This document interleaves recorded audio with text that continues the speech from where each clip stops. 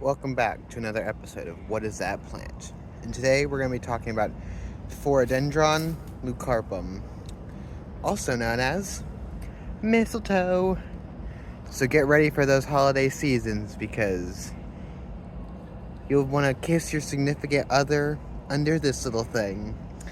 It's actually a parasite, as all the mistletoes are a parasite of their host plants. And specifically, this one I found on top of an oak tree.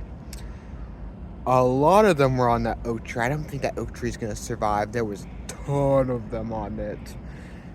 I'm pretty sure that tree's not going to survive the winter. And when it dies, so is its parasites. These things, mistletoe, take hospital roots to a whole nother level. Most of them are part of the family Santalaceae, or the sandalwood family.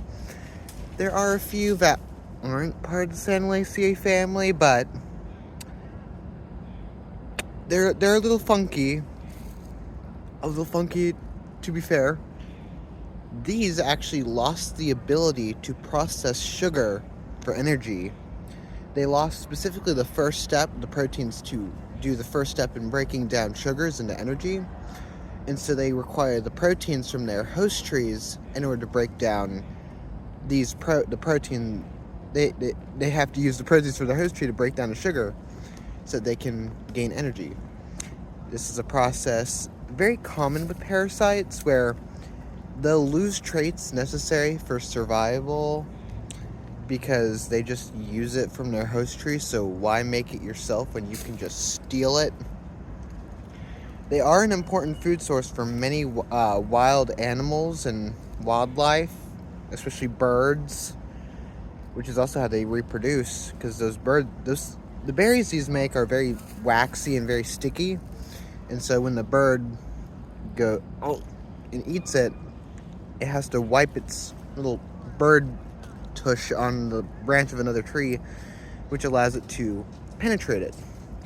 And I mean, it really does forcefully penetrate into the stem of its host.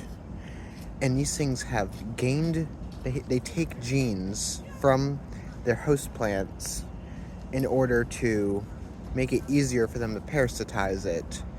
Because if you can take genes from your host, the immune system of the host is less likely to fight it off. It's also incredibly toxic if ingested. So if you have mistletoe, keep it away from small children and animals, and don't eat it. It is poisonous. It's pretty, and you can use it to, happy holidays, but no, eat it.